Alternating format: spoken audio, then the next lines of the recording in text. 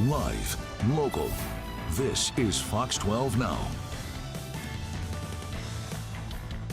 Hello, everyone. Welcome to Fox 12 Now. I'm Greg Nibbler. Thanks for joining us here today. I wanted to pull this up just to start off. That is our camera there. It's over by Omsey, looking at the Tillicum Bridge down there on the Willamette River. It is pretty nice outside, so I'm sure people are going to be enjoying that a little bit later, but we enjoy you joining us. So thank you very much. Again, this is Fox 12 Now, so we are live here every weekday, starting around 4 p.m. Pacific, going throughout the afternoon, covering a wide range of topics on this show. And we get to go a little bit more in depth than you may see in some of the other news programs. So that's one of the advantages of this. But as you can see on that lower third, we're going to be talking about cyanobacteria. What is that? I'm going to admit that's kind of a scary sounding word. And we're going to explain what it is and what you should watch out for. And we're talking about this being in some of our lakes and rivers and things you should be aware of for both yourself on how this is created, what to watch out for, and what some of the health effects are and what to do when you see some of those advisories. To do all of that, joining us from Oregon Health Authority, joining right now, we have Stuart Dyer and David Farrer. And both of you, thank you very much for being here today to walk through all of this and explain what this is, just so everybody has a little bit of a better education when they're going out there to enjoy all of our different waterfront properties and different, lakeways and waterways that we have here. But to start off, Stuart, maybe you can help us. Can you explain this term cyanobacteria and what it is that you're referencing when this is brought up, when we see this in warnings? Yeah, absolutely. Thanks for having us, Greg.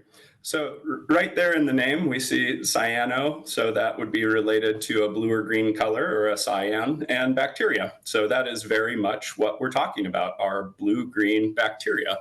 And this has given rise to the name that you would see them more colloquially referred to as blue-green algae.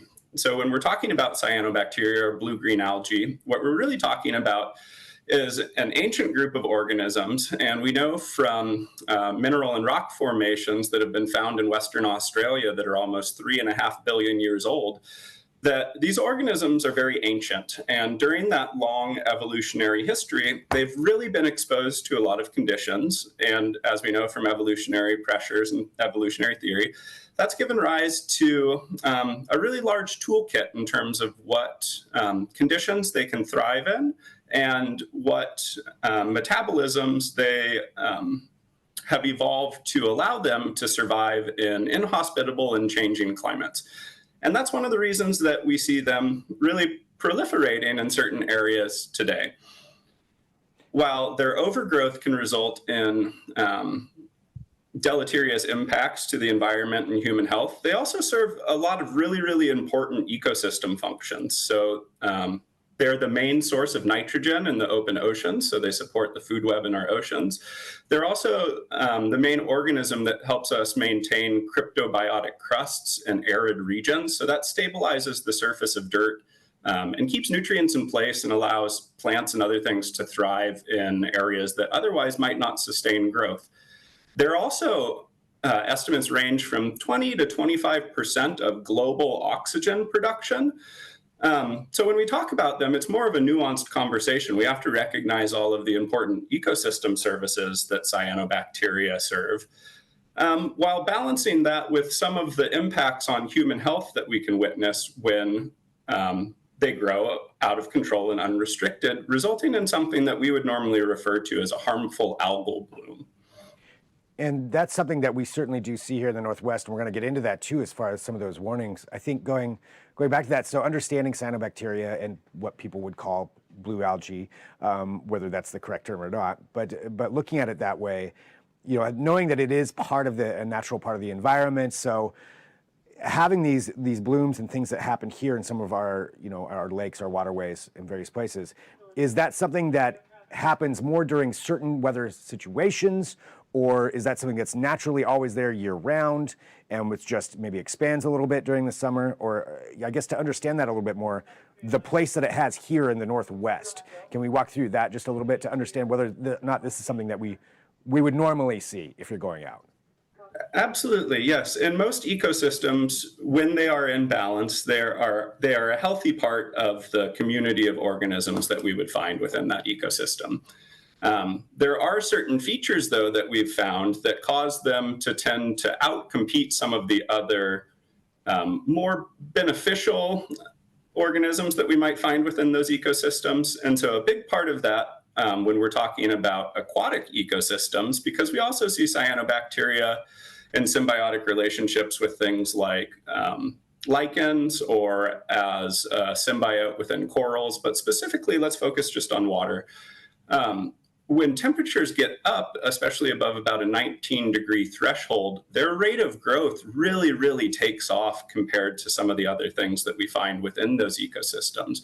And so warm temperatures, which we've seen increasingly in recent decades, combined with large initial nutrient inputs, really is what drives the proliferation of these blooms or the formation of the harmful algal blooms.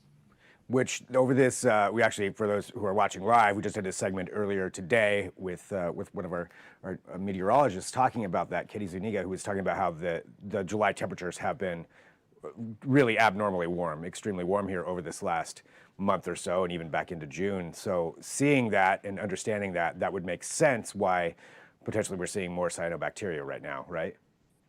Absolutely, and it's a very similar weather pattern to what we saw in 2015 with the El Nino La Nina transition. And so these prolonged warm periods, it is a concern that we will continue to see blooms forming throughout the summer months of this year.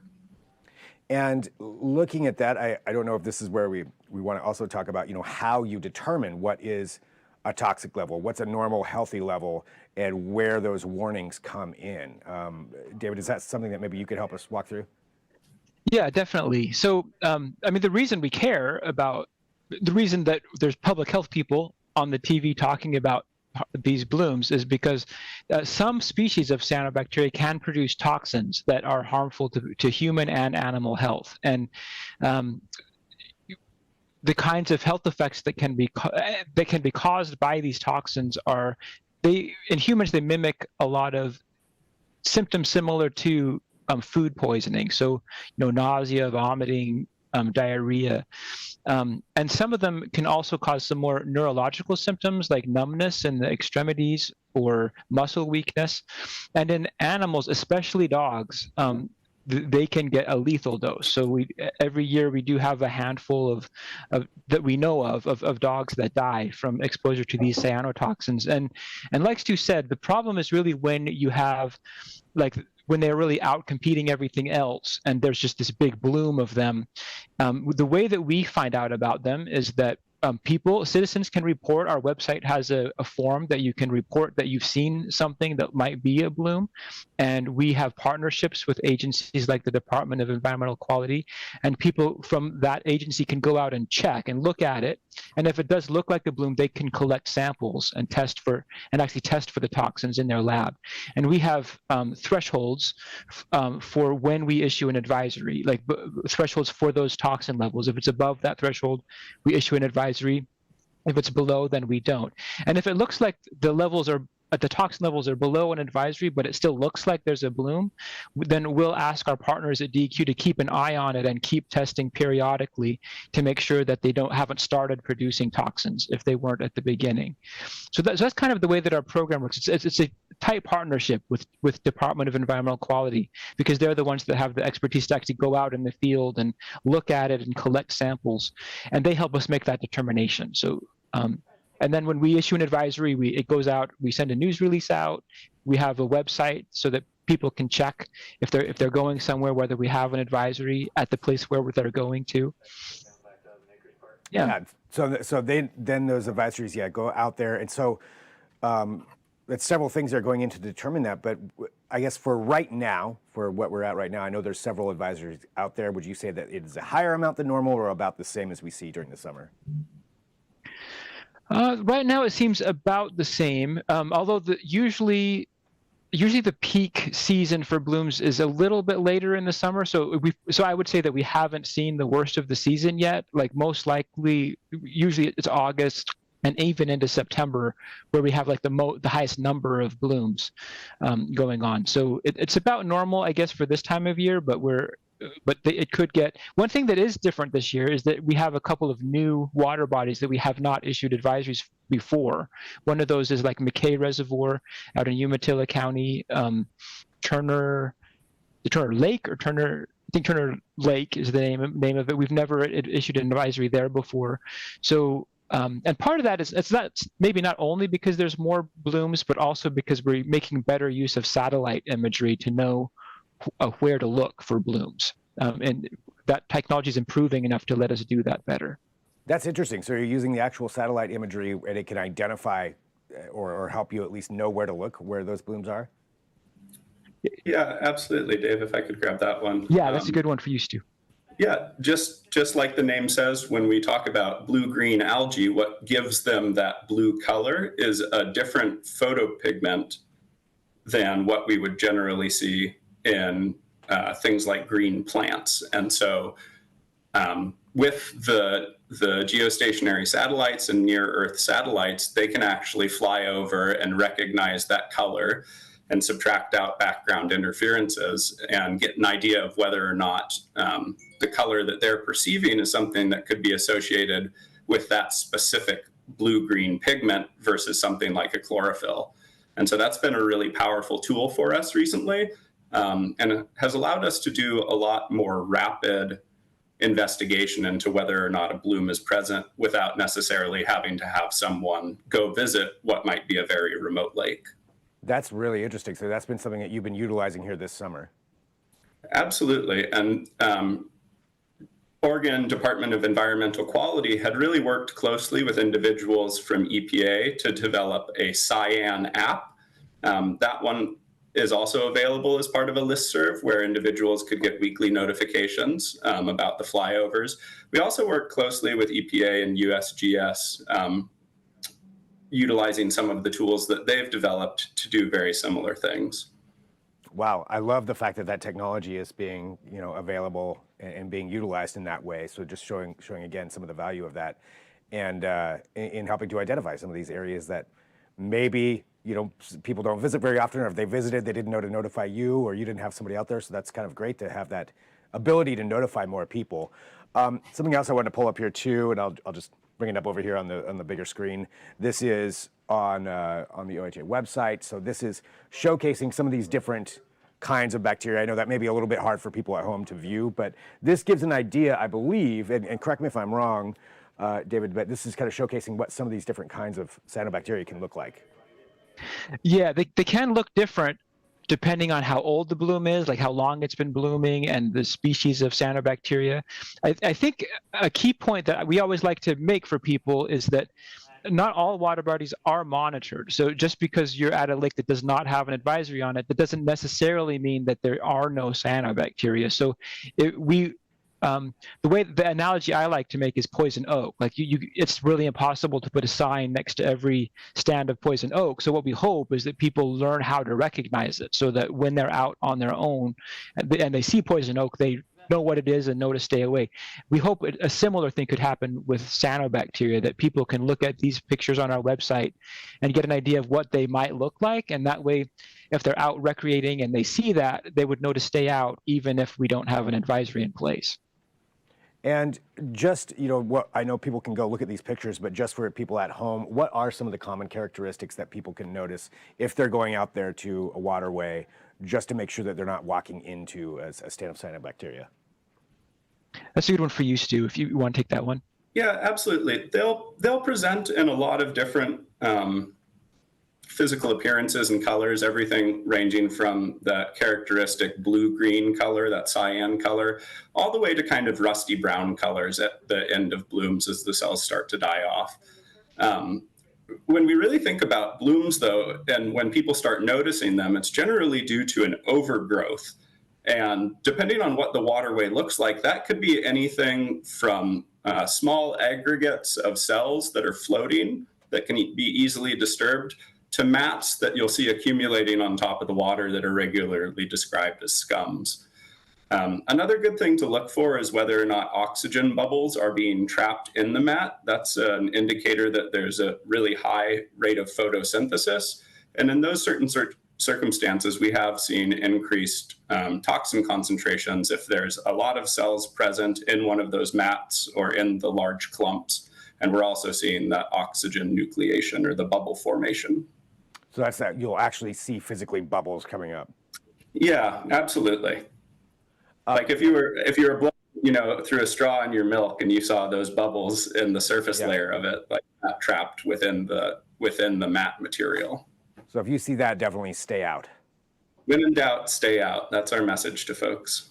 Well, just to go back to that too, and to reiterate, I know you talked a little bit about it, David, but for people who are going out there and who encounter cyanobacteria, or for their pets, what are some of the common side effects that they would notice right away if they did, ingest some of this? Yeah, for pets in particular, dogs will, like we know, like dogs drink a lot more water from a pond than people would, and they'll sometimes even, some dogs even prefer the flavor of the mat, so they'll actually chew on the mat if they find it, and so they get a very massive dose compared to people most of the time, and it is pretty scary. It's pretty rapid. The onset of the symptoms would be often within an hour, like within minutes of being in the water. And some of the first symptoms you might see would be like a lot of vomiting or diarrhea in a dog. If it's one of the neurotoxins, some of the toxins are neurotoxics. And if that's the case, you would see them like losing balance, like having difficulty walking or standing, just acting as though they feel dizzy. And then if they start to, and a really big danger sign is if they actually go down and start having a seizure. If your dog starts to show any of those kind of symptoms really soon after they've been playing in water that might look scummy or might look like a bloom, it's really key to get that animal to the veterinarian like as soon as possible, because there are some treatments that they might be able to give to get them through that toxic event if you can get them there quick enough. Okay, so be aware of all that. Sorry, go ahead, Stuart. Another one that I was going to tack on to the end there is respiratory depression. So if they're having a hard time breathing, that's another thing that we want to be aware of in any circumstance, whether it be from cyanobacteria or something else that people should take seriously, both for themselves and their animals. Right, that's exactly right. And with dogs, the actual lethal event is usually paralysis of the diaphragm. So they can't breathe because their diaphragm's paralyzed.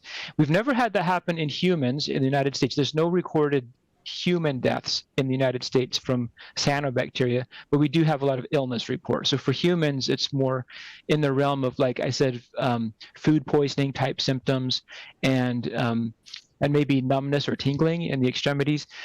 We think that people might experience this more often than we think, because if you think about it, a lot of the times, if you're out recreating with your family on a lake, you're probably also having a picnic or maybe potato salad, or so a lot of people may actually chalk it up to food poisoning and not think that it might be related to a bloom. So we think a lot of times we only know about it if people call us and tell us, and if people think it's just food poisoning, they might not think to call and tell us about it.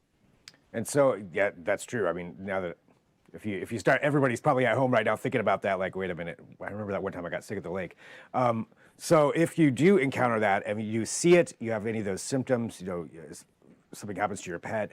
You mentioned reporting it. What is the best way to report these outbreaks?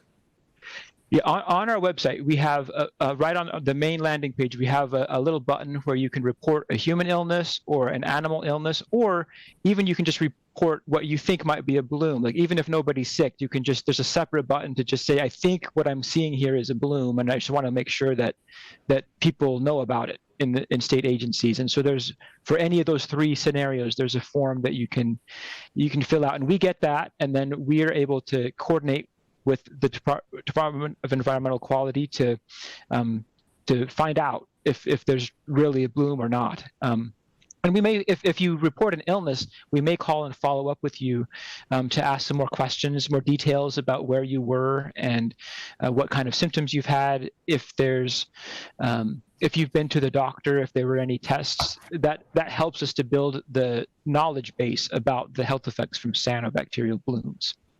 Well, a lot of information I feel like that we've just had over this last segment on learning what this is, how it's placed in the environment, what some of the health effects are, how to watch out for it, and of course report it there on the website. Anything else that you think is important for the public to know? Yeah, another thing that I would say that's been hugely useful for us and lets us respond a little more efficiently, all three of those forms that David mentioned have the ability to upload both photos and videos. And those are really, really useful for us when we're, doing our initial investigation and trying to coordinate with folks. So just the more detail people can collect if they are concerned about something really helps us have a more coordinated and streamlined response. That's great. So a way for the public to help out with this. And so if you do see something, then take a picture or a video and upload it onto that forum, get it to you all, and then you can make that determination whether something needs to be investigated or not. And to help warn people and let them know what's going on out there on our waterways. Well, Stuart and David, I want to say thank you to both of you for joining us here today too, and sharing your knowledge of this and letting everybody know more about this and what they can do to help you all do your jobs. Thank you so much for joining us here on Fox 12 Now today. Absolutely. Thanks, Greg. Great, thank you. Yeah, thank you. And for everybody watching too, we are live here every weekday. So like I mentioned, covering a wide range of topics, anytime between 1 p.m. and 4 p.m. as well. If there's ever breaking news, this is the place to go. So we'll send you out an alert. And like I mentioned, you can watch it on the Fox 12 Oregon app, the website, YouTube, a number of different places that this is disseminated to. And then of course, you can always share it afterward, after we are live. So thank you for joining us. We do appreciate it. And I will talk to you soon.